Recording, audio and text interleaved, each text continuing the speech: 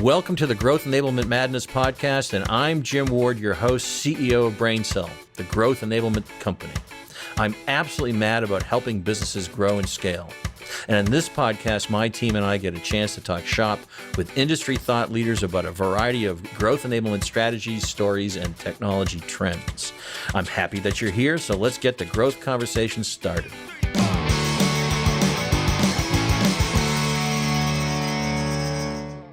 Everybody, this is Jim Ward. I'm CEO of BrainCell, and we are here to do the Growth Enablement Madness podcast because we're mad about growth and scale. And we have a tremendous guest with us today, and we've spoken before. She is an author. She's considered the number four sales guru, Lisa McLeod. Lisa, can you say coming hi to the in folks? at number four, not number one yet, but still have something to offer. We believe in you, Lisa. You can do this. Next year, you'll be back, number one. Yes, you will. Number one. Some say the hardest part is just getting on the list in general. Yeah, you're on the list. You're on the list. I am on the list. So I will tell you, fun fact, I was sitting in a room about a decade ago, and I was in a program for authors on how to be a thought leader. She was and 11. We made a list of like the 10 thought leaders that you admire. And I said, my goal is to be on that list. And didn't know it was going to take a decade, but got on the list. But that's what it takes, is telling the universe what you want. Right. It will come to you if you want it bad enough. So I love that. That's a great point. But Lisa, you are a tremendous author, of which your books are required reading. I don't know if you knew that in our company. I did not know that. Yep. They get sent out to every new employee or new team member. I don't even like to use the word employee.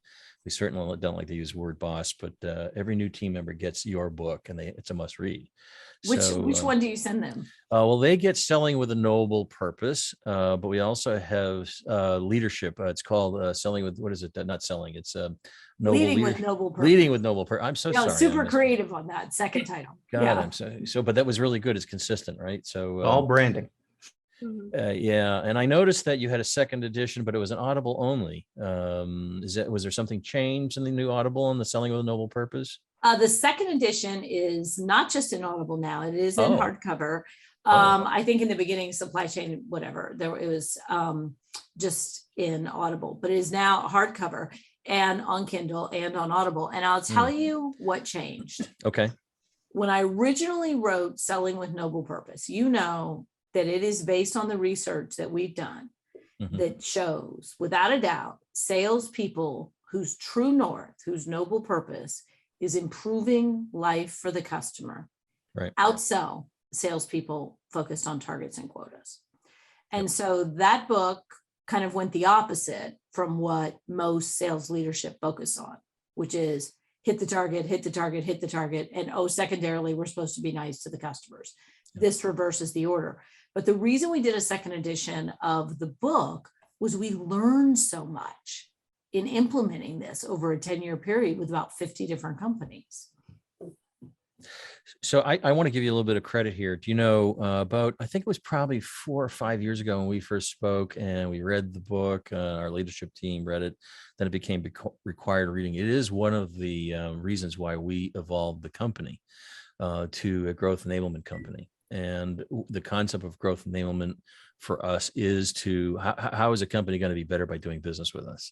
And that every proposal, that everything we do has to have that noble purpose. And that changed the conversation for us.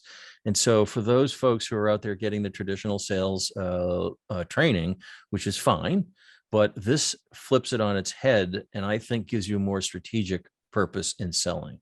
So maybe with that, you can tell me a little bit of a context of what is noble purpose to you? What does it mean?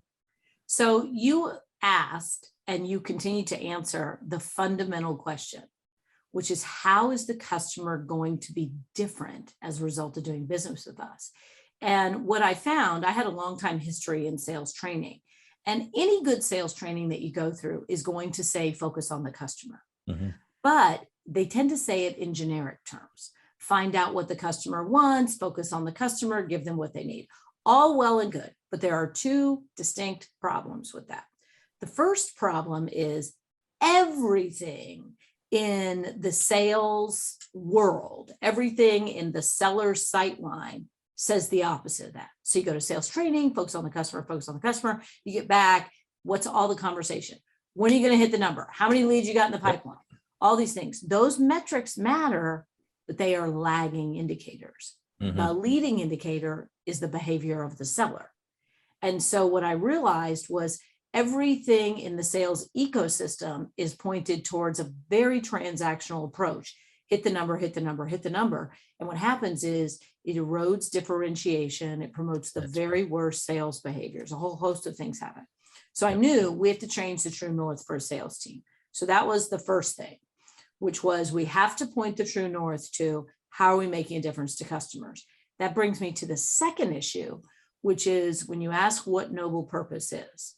Noble purpose is a clear articulation of how you improve life for customers. And what most customer centricity does is it's vague and non-specific. So compare the difference between me saying, we want to be helpful to customers. We want to give customers what we need, what they need. We want to listen to our customers. We want to lean in. That's all better than saying we want to screw our customers over. But it's not nearly as good as saying, we are going to be a growth enablement company. Every single thing we do is going to enable the growth of our customers. Every conversation, how are we doing that? Every proposal, how are we doing that? Every implementation. So what noble purpose is a clear articulation of how you're going to make a difference to customers. It becomes the true north for your sales team. Right. And then everything they're doing is lined up with that. And now we have overwhelming evidence that if you follow this, a couple things will happen. 3 really important things. You'll have more competitive differentiation in the market. Yep. You'll have more emotional engagement from your sellers, and the numbers follow. It couldn't be more true. And I want to tell all the sales veterans out there or anybody involved with sales, if you want to improve your differentiation, and if you're dealing in a marketplace where there's significant brand. So let's say, for example, you're selling into a market and your competitors have heavy brand. Right. You know how to get rid of the brand? When I call them brand washed. Right? That the buyer is brand washed. They're making decisions based on marketing spend, et cetera. If you want to make that differentiation for yourself, stop talking about the branded product, talk about the outcomes for the individual, start shifting that conversation. So we always say here now, because we do have portfolio of software, obviously, and consulting services, but the general discussion is we sell outcomes. If we don't see an outcome, then there's no reason for us to be talking. We have to get a client to the outcome. And I should have sent you a feather. You know what I would have sent the feather for? What? You got to put it in your cap because you deserve a feather in your cap for helping us get here. Big fan of all that you write and all the things you talk about. Well, I'm very appreciative because you all really took it to heart, both the spirit of it and the practicality. And the spirit of selling with noble purpose makes sense to most people. What we did in the second edition of the book was got really nitty gritty practical. Also wrote it for ADD sales leaders, because I am one, so that you can just jump from topic to topic. But we got into how do you do your pipeline reviews? How do you do your pre-call coaching? How do you do your strategy meetings? Because all of those are currently in most organizations animated by the true north of hitting the numbers. Right. And when you shift that, and you animate it with the true north of improving life for customers, you make an entirely different set of decisions. Everything from the way your seller opens a call to the big strategic decisions that you make as an organization about target markets and which products to pursue and which ones not to. And imagine that, right? Imagine if you are always thinking about how your customer is going to be better. Well, then do you have to worry about your own personal business anymore? Because aren't they great referrals at that point? That's the other thing. There's a very famous study from EY that showed that when a company puts this noble purpose into practice, not only do they win more deals and win them at higher margins because they've differentiated, but all their deals become stickier. They have greater customer engagement. And it's really for 2 reasons. When you operate with this true north of noble purpose, and a lot of people think it means ESG or being a good corporate citizen, and I'm all in for those, but that's not what this is about. This is about the true north of making a difference to customers. And when you operate from that level, 2 things happen. At a big strategic level, you make different decisions about product development. When you're sitting in a room saying, how can we improve life for customers? Let's give an example that we use in the book. Monster.com started, how can we improve life for customers? Became, how can we make more money next quarter? LinkedIn's sitting in a room saying, how can we create opportunity for every member of the global workforce? Well, we know who won that battle. Right. And so when you have this true north of improving life for customers, you make different strategic decisions, and it also ripples all the way down to the way your people are interacting with customers, and customers can feel the difference. So it's not just a sales initiative, right? Because you Right. have written this book, Leading with a Noble Purpose, and very creative, by the way, again, on that title. No, I was joking. I think it's a great title. But so tell me a little bit about leading with a noble purpose. So I'll give you a before and after. You have experienced a before and after yourself. Yeah. And what that concept did, I would suggest, was take what you probably already felt in your heart and showed you how to activate it in your business, because you were probably already feeling that way. I'll give you a different example. We have a company called CMIT. They are a franchise organization that does IT for small businesses. And they adopted this. They've since been bought out, sold for a huge multiple, had amazing growth with franchisees all around the country.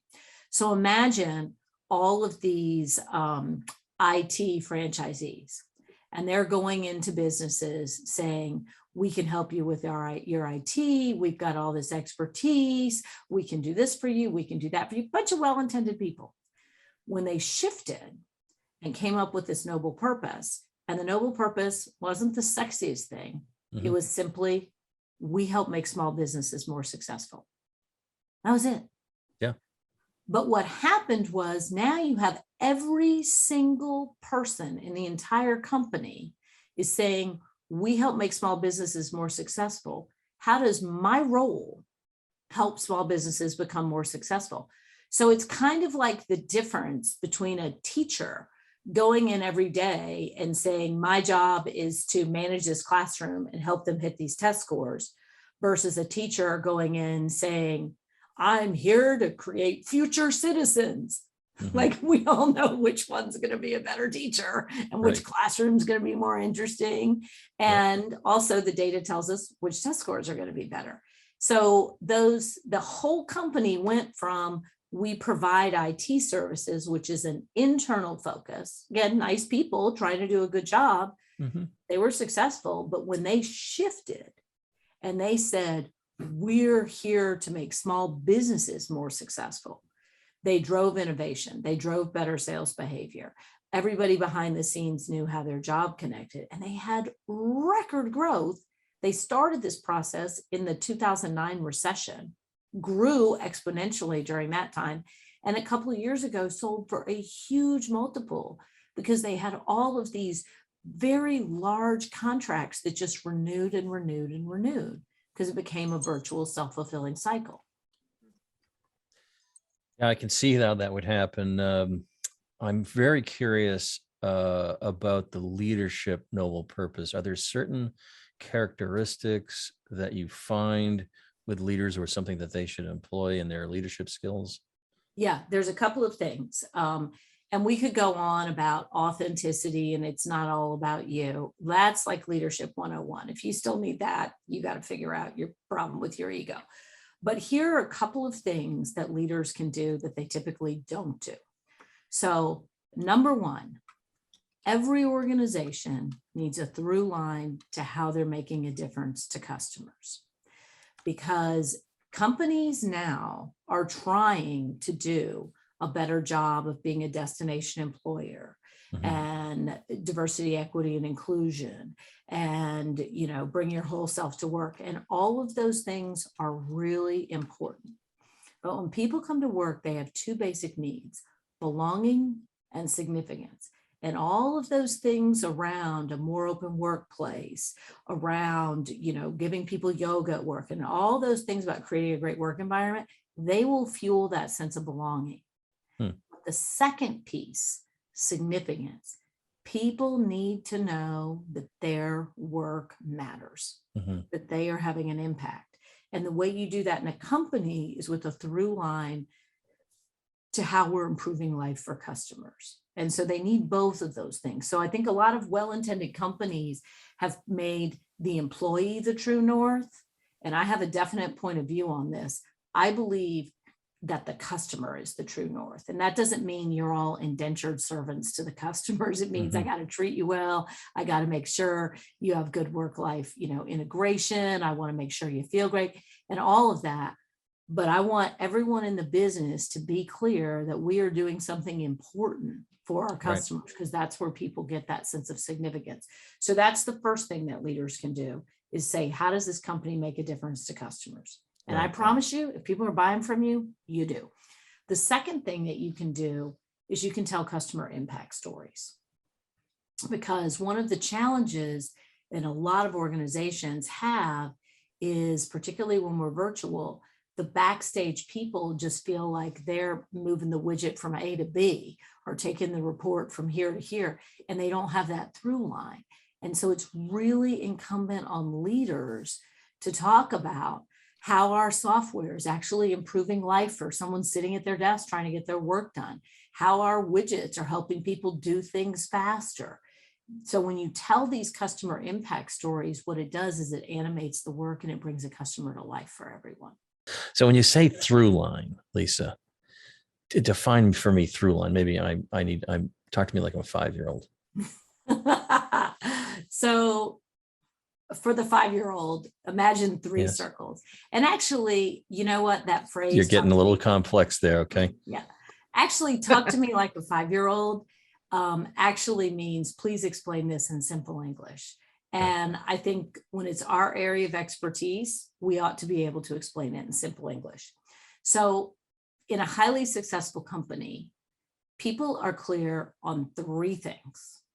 One, they have absolute clarity about how the company makes a difference, the impact the company has, whether it's helping small businesses be more successful. Hilton's purpose is filling the earth with the light and warmth of hospitality. However concrete, however aspirational, everyone should have clarity on the purpose. The second thing every employee needs is clarity about how their role plays a part. So we have this big aspirational purpose, and everybody should know how their job connects to it. Those two things are absolutely crucial. But there's a third thing that a lot of leaders miss, and it's a personal connection to it. And the reason leaders miss this is because they think purpose is a comms strategy and that they need to just communicate it down and get everyone to understand it. Right. But it is actually an engagement strategy. And when I say the personal connection, one of the things we do when we work with organizations is we create toolkits so that it goes all the way down to the frontline leader and their staff. And they have the chance to talk about, we'll go back to the example I used earlier, why does making small businesses more successful matter to you? And everybody's going to have a different story about that. Some people will say, my dad was a small business owner and his life sucked. He never came home at night. So I want to help people like that. Somebody else is going to say, I admire people who start small businesses. Someone else is going to say, the small business is a way to make the American dream come true. You don't have to have an education. Everyone's going to have a different reason. But the mistake that leaders make is they try and mandate down. And in actuality, what you want to do is show people, here's why our purpose matters to the world. Right. You want to help them establish the through line, your job, here's how your job contributes, belonging and significance. But then you want to create the space that can only be done in conversation with, why does this matter to you? Because what you're doing is you are creating an emotional tether that will increase their resilience and keep them connected to you so that on their tough days, they don't give up or take a recruiter call. Got it. I have a memory that came back 2 blocks ago when we were traveling down to the bike because of my memory, but I know what I was thinking. It was, you had said the true north is the customer, the outcome for customers is really, I think, what it boils down to. But is it possible to have multi-factor authorization here in this case, or two true norths? Because I do believe, and this is how I started the business, which was focused on the team members, that their well-being, that they're being successful, et cetera. And then, of course, with your introduction of noble purpose became the outcome to the clients. But I still feel that those two, if your team members are happy, then that also helps with the happiness of creating an outcome for the client. So does that make sense what I just said? Is it is it a dual purpose sort of? And one of the challenges we face in organizations where the true north is the customer is it's really easy for people to feel like indentured servants to the customer. And the customer is always right. Well, actually, the customer is not always right. You have your area of expertise, and sometimes you do know more than them. And that's not said in an arrogant way or anything like that. But I'll give you an example of why specificity about customer impact matters and the connection between that and employees. So there are this is a case study in the book, in the new Selling with Noble Purpose book. And it's Mars versus Purina, Mars Pet Care versus Purina. So everyone knows Purina has been in the pet food business forever. We all know the brand. Well, Mars was the lesser player. Both companies established purpose statements. Purina's was better with pets, was their purpose. Mars was a better world for pets. While there was a Harvard Business Review article that said these two were similar, and I was just reading it, my hair was on fire because I was thinking they're not similar at all. Because, and this is where the employees come in, better with pets is a slogan. Life's better with pets. We like pets. Blah, blah. It's nice. A better world for pets is a stake in the ground, and the gauntlet has been laid. Yes, right. We got to create a better world for pets. Anyhow, because of that, Mars made a lot of different decisions. They got into pet health, better world for pets, got to do this. And they ended up taking on rival Purina and winning. Who was the big dog? Get it? That was good. That was in the category of dad joke. Stop. That was a dad joke. Compliments and all that stuff. But yeah. you just brought into a great segue. You said the Harvard Business Review. You were reading an article. Well, you wrote an article that's been picked up by the Harvard Business Review. And I think this is a great place for taking Allie and Brian, who have experienced remote work because of our pandemic, to perhaps talk about and ask some questions regarding the article. Are you prepared, Allie and Brian? As prepared as I will ever be. But happy to talk. Well, take it over. Let's hear some questions about the remote, because I'm interested in your perspectives. That's why. Yeah. So the article was about losing touch with customer needs in the aftermath of the pandemic. So I'd love to hear you just talk a little bit about how we ensure as people who are serving our customers that we don't lose touch with. Well, and we'll go back to a better world for pets. If you are some researcher and you're sitting there doing your thing, or you're a marketing person putting out messages, or an accounting person, if you were coming into the office and we had all these pictures of pets that were healthier because of us, we were having meetings, and they're probably the kind of company that brings in pets to the meetings. I don't know. I would think so. But you're having this visual representation of how you're making a difference. But when you go home, everybody's the same on Zoom. It's sort of like the great equalizer. There's the CEO, there's a customer, there's my kid's teacher. They all look the same to me. And so the responsibility is twofold.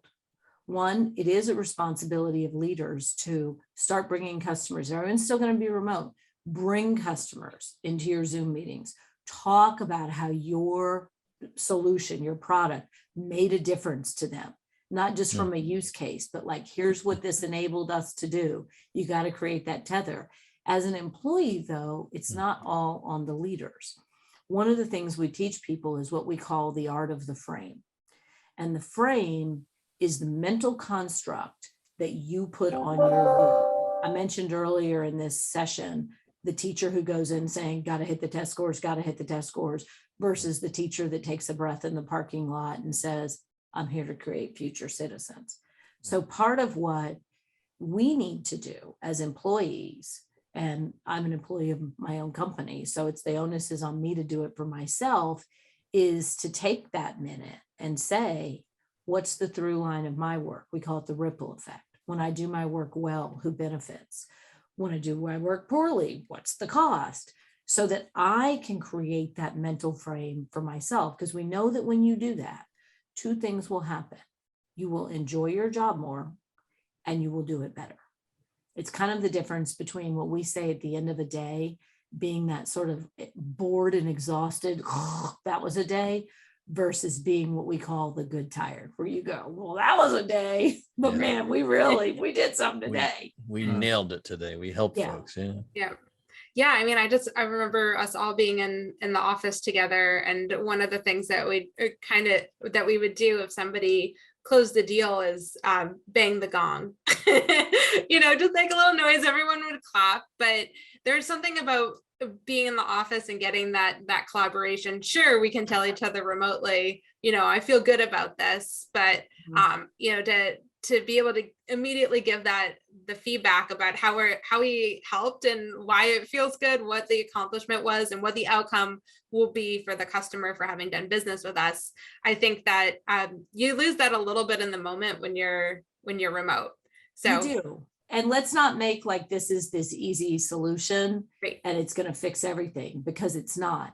What a sense of long-term purpose will do for you is it will give you serotonin, which is a very important brain chemical. It will not give you dopamine. And dopamine is why you can't stay focused on your work and you keep checking on Instagram. So the more that we can get, dopamine's like the quick one.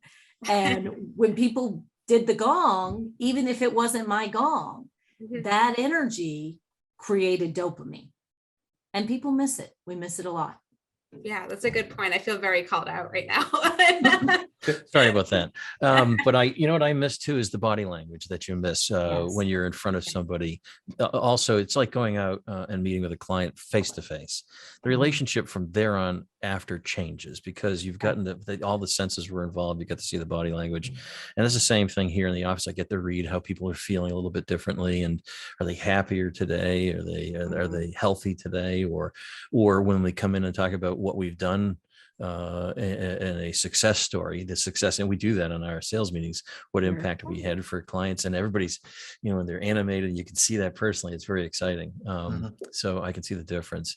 But at the same time, I'd say that remote work has also been a part of why we've expanded, because we no longer have to worry about geo hiring. We can hire wherever. And it's increased because if you were just if I was just hiring in the Massachusetts local marketplace, well, the pool is very small. So it's really helped us as a company. And it's just a new paradigm. Yeah. And I think one of the things that I'm seeing, because I'm doing a lot of remote coaching and training and consulting, but I will tell you, when people come together for a meeting, I just went to one, it's awesome. No one is ever going to take that annual sales conference for granted again. Right. The leaders have spent time thinking about how they're going to bring people together. There's no more, let's go through all the accounting PowerPoints, because we can do that on Zoom. Yeah. The gatherings are very intentional. People are like, oh, this food is so great. Oh, it's so great to see you. And so I think it's some of the things that we maybe weren't that intentional about, that we did take for granted, have now become better than they've ever been. I'm going to sound like bragging, and I don't mean it to be, but we hit a mile marker here at Brain Cell, and we all went to Puerto Rico for a vacation together.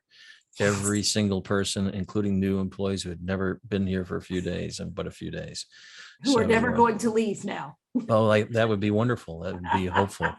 Of course, I want the best for everybody, so I want them to do what's right for their lives. But hopefully, that they can be a part of this this noble purpose that I believe we're helping others improve their businesses.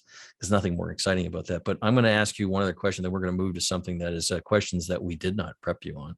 And so, yeah, exactly. Fear. That's the eye that I wanted to see, was fear in the eyes. Exactly. Oh, that wasn't fear. That was me mocking you. But Oh, if you mocking. think it's whatever. Continue. Brutal. Mocking, fear. What's the difference? Get you some ice after this, Jim. So Okay, after I said that, misstep, now I am afraid. Okay, continue. okay. So maybe one thing. What is one thing that you would share with the listeners for business leaders looking to grow and scale their business? What is the one thing they could perhaps do that would help them do that, help them grow and scale their business from your perspective, noble purpose? Ask and answer the game-changing question. How will customers be different as a result of doing business with us?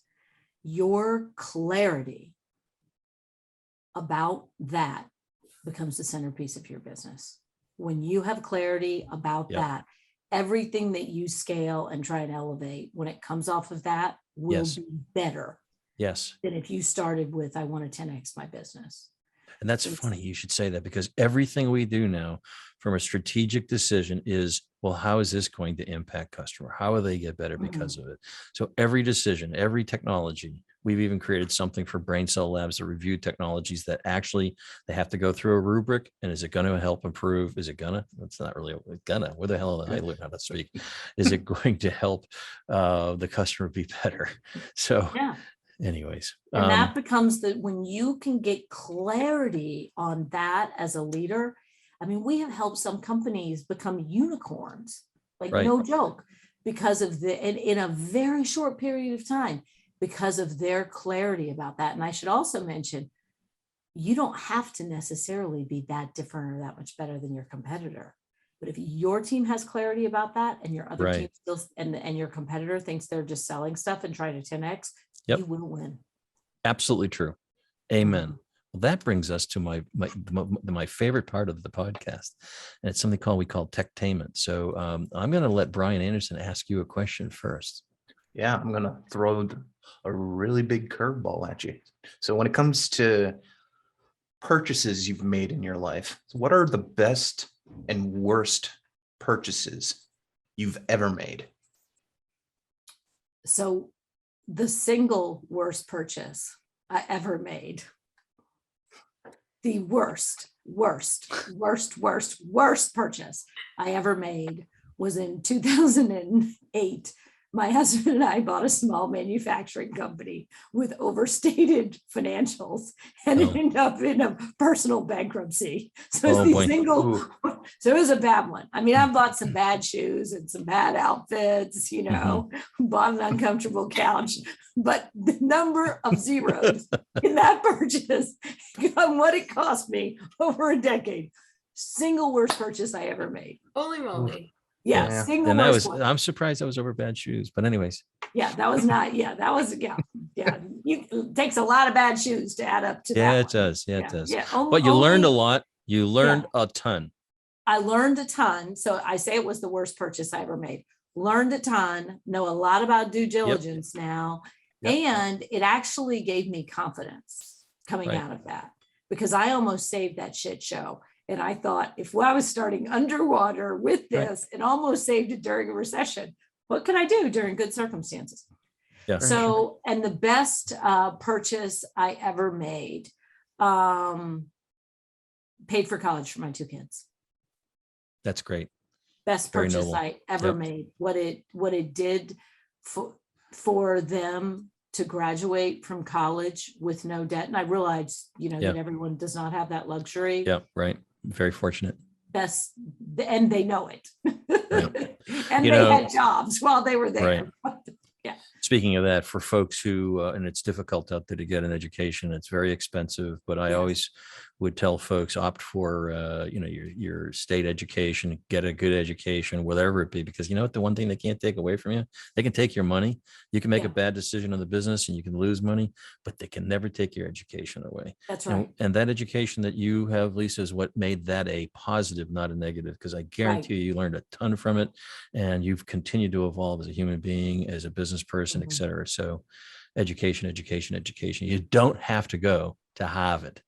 You don't. And that I did not. I'm proud University of Georgia graduate. And I got in back when it was easy.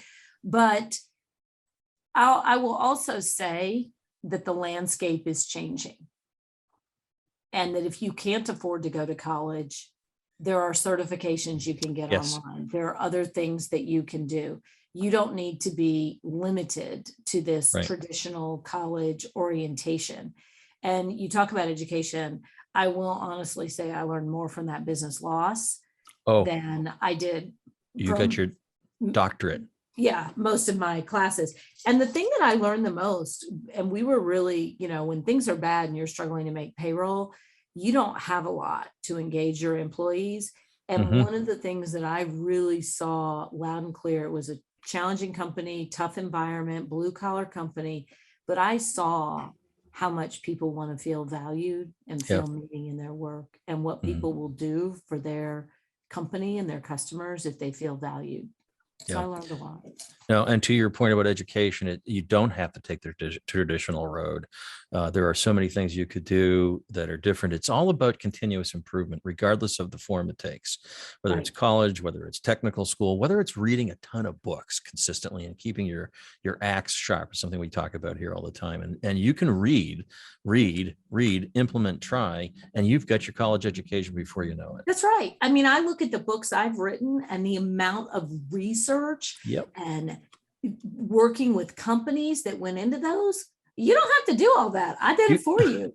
You did this on purpose. You brought it all the way back. I didn't even realize what you were doing to me. You brought it all the way back to the books you've written. See? Well, and how much we've learned. Isn't actually what I meant to do. No, I know. I'm just because kidding. I will also tell you that I learned how to parent my children from books. Right. And it wasn't just parenting books. I read books of people I really admired and looked at what they said about their parents. But seriously, I was joking, but I do mean that. Think about that. The books that we've read, yours is one of our absolute must reads, goes out in every employment package that folks must read the book. So, you can get your education through reading, consistent reading and consistent improvement. But that leads me to, let's see, who asked the question last? It was Brian. It was me. I have a question too, but I'm wondering if it's the same exact answer. My question was going to be, what is the worst thing you've ever done? Maybe you can think of another. The worst. Hey, this is a family show. I just want to point that out. Is this the dumbest thing I've ever done, or I like worst? that. Or something like what is something you'd never do again? And obviously, I'll tell you something I will never do again. I will never again wear stilettos for an entire day. That was one of the dumbest things I've ever done. I, carry Bradshaw myself into foot and leg problems. So I remember one moment when I had worn these great stilettos on stage, given a great program, adrenaline's going, so you don't feel a thing. And then I went and sat down and I was sitting there, I spoke before lunch, and then there was lunch. And the head of sales came up to me and said, our CEO was in the room, when you did that, and he wants to meet with you. He's got a conference room, and it was like up the stairs, down the hall and all. And I'm sitting there with my little legs crossed and my little stilettos. And I was like, shit, I don't even want to walk up there. That was like my body just said, no, I can't go. I can't go. He's like the CEO of this multinational company. And my body is answering before my brain has time. And then my little brain kicks in and I'm like, Lisa McLeod, you have just compromised your business for shoes, for shoes. You have just cost yourself an opportunity for shoes. And so that's when, I kind of muscled it through and, hobbled my way over there. But I thought, never again am I doing this. This is the dumbest thing. And in the pandemic, I also decided I'm done with Spanx too. I'm a middle-aged woman. Y'all are just going to have to deal with it. I'm a middle-aged woman that wears chunky platform shoes and does not wear Spanx anymore. God loves Sarah Blakely, Yeah, she's got other products. I love your First honesty. female billionaire in America, but I'm not wearing the Spanx stuff. You might They've got try. really good jeans. I love their pants. I love I'm with Spanx. you. This I'm is no disregard to Spanx. I All that approve tight platform stuff too. that's like squeezing you. I mean, Yeah. I thought back to like ancient China where they used to bind the women, back to the Victorian age where women had like corsets and they couldn't breathe. And I was like, shit, I've done that to myself. What the hell? I'm not doing that anymore. So You might have a there's your- future in stand-up comedy, by the way. Just saying. All right, here comes my question. Okay. What's the thing you like that creeps other people out? I'll tell you something that I do specifically that people find really creepy and it is very interesting to me is I will get underneath what someone means about something. Okay. And it Ooh. really creeps people out. So if someone says something like,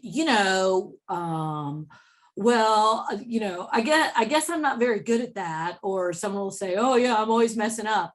I'll like lean in and go, why do you talk to yourself that way? Is there something in your background that makes you think that? And people my are God. like, Oh, oh my you're God. nervous. Especially if you do it at parties. They'll be like, who invited her? Her. Yeah. She She is is- the worst. Who She's a invited the therapist? therapist. Yeah. Right. She Oh, must and be it's a worse than a therapist. therapist because a therapist will be like nice about it. Oh, I'm not nice at all. I'm just like right to the point. Hope she's not drinking when she's asking these questions. Oh, well, you know what's worse? I quit drinking about 2-3 years ago and I got worse or Worse? better at it, depending You on did. your point of view. Right. Because now I'm like dead on sober. And Sharp about it. I will hear the little catch in someone's voice. Yeah. And it could be some self-deprecating thing. It could be something that I hear they're afraid of. And I had one guy said, are you a witch? And he had been drinking. And I said, I am. Does that make you want to know me more or More or less? less, right. I think the answer was less, but oh well. He was running away. Yes. Well, listen, we're coming to the end of our podcast. So what's up next for you? Get anything on your roadmap? I do have something on my roadmap, and I have 2 things on my roadmap. One is very specific and one is very vague. Okay. So the thing that's vague is I do have another book bubbling in me, Ooh. and I think it's in the Noble Purpose series, but I think Mhm. it's the Noble Purpose Life. Oh, Because I think that as more and more people want to integrate all the aspects of their life, yes. I'm finally now to the stage where I've been married for a very long time. I've been a parent for a very long time. My children are out, walking around as educated people, who function in society. Mhm. So I feel like I have something to say about that. So that's the thing that's kind of vague, the Noble Purpose Life. Very smart idea. I think that's a really good idea because, one of the things that I had thought about one time was there is no school for parents. There is no academy. And that you have the wisdom. I've brought up a child, who's 30 now, just got married, by the way. And so we have wisdom that we can share with folks who are going through the same journey. Right. And I think that Noble Purpose story would be a great story for you to tell. And some of it's what to do and some of it's what not to do. Yeah, absolutely. And a lot of it's about how Oh. to treat yourself. And so I feel like the Noble Purpose Life, I've been thinking there's like a couple of key principles in it. One is the way you interact with others, obviously. Another is your self-talk. And another is your time. And Right. frankly, I had not been discerning enough with my time in the end. Right. So the Yeah. book's sort of still a whirl in my head. The Right. other thing that's on my roadmap, and I'm gonna say this publicly, which is very, very specific. Okay. We have seen, as you have indicated, that selling with noble purpose, the methodology, the techniques, Mhm. we have seen that it transforms companies. Right. I want to do Literally that. transformed ours. Literally. Yes. So thank you for that. And we've seen Thank it you. in a lot of other places. And what I want to do is I want an army of people doing that. So, a lot of people that we know in this space, Stephen Covey, Tom Peters, they staff up, they add a lot of Yeah. people, they do all that. I don't want to do that. I want a partner to come forth where my IP and my models and everything we do would be complementary. And they then are out there selling it. So I could That's just go cool. around and speak about it. Yeah. And I'm great in the C-suite and getting it Yep. to 90% closed, that you work out the details. Yep. So that's where my aim is, which is very specific. So I'm putting Yeah. that out to the universe. I have made space for the right partner to come in. Gino Wickman, did you hear that? Gino Wickman, the author of Traction, would be a great partner for you, perhaps, or others like that, right? And they're already doing that with franchise consultants across the world or country or whatever. I love Traction. I love that model. Yeah, we A lot that's of the our other clients required use it. reading for us here in the company. So that's great Yeah. stuff that's on your roadmap. I'm excited to see where you go with all this. Me too. But you know what? You're always such a great guest to have on, and I always enjoy speaking with you. And you're a wealth of information. And I want to thank you personally for helping us transform our business because we're better for it. So I truly mean that. Thank you from the bottom of my heart. Thank you. And, I'm going to get emotional because I do live for these moments to know that well, it mattered to somebody and it helped them. Good. I'm glad. And emotion's great. I always tell folks it's okay to be emotional and vulnerable. So, hey, I want to thank all our listeners. You can find our podcast, Growth Enablement Madness, because we're mad about growth. Wherever these podcasts are found on the podcast, what is it? The Googles, the Insta, what is it? On? Literally everywhere, Jim. Literally everywhere. Okay, so listen up. Share it with your friends. And what we want to do is bring to you information that you might not have heard before. You've gotten to hear Lisa McLeod, who is author of Selling with a Noble Purpose, Leading with a Noble Purpose. She's got a future of all kinds of ideas. Go get her book because it was a transformational thing for us here at Braincell. Thank you, Lisa, very much. And we look forward to talking to you soon.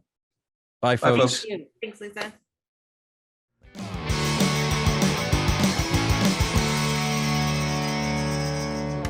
Thank you for listening to this episode of Growth Enablement Madness podcast. I also want to thank Divinio Podcast for this episode's production and distribution. Finally, thank you to Sam Ward for our musical introduction and outro. Be sure to check out all of our episodes wherever you listen to your podcasts, including Spotify, Apple Podcasts, Google Podcasts, and more. New episodes are available monthly and cover all important topics for growing and scaling your business. Until next time, this is Jim Ward signing off. Let's grow.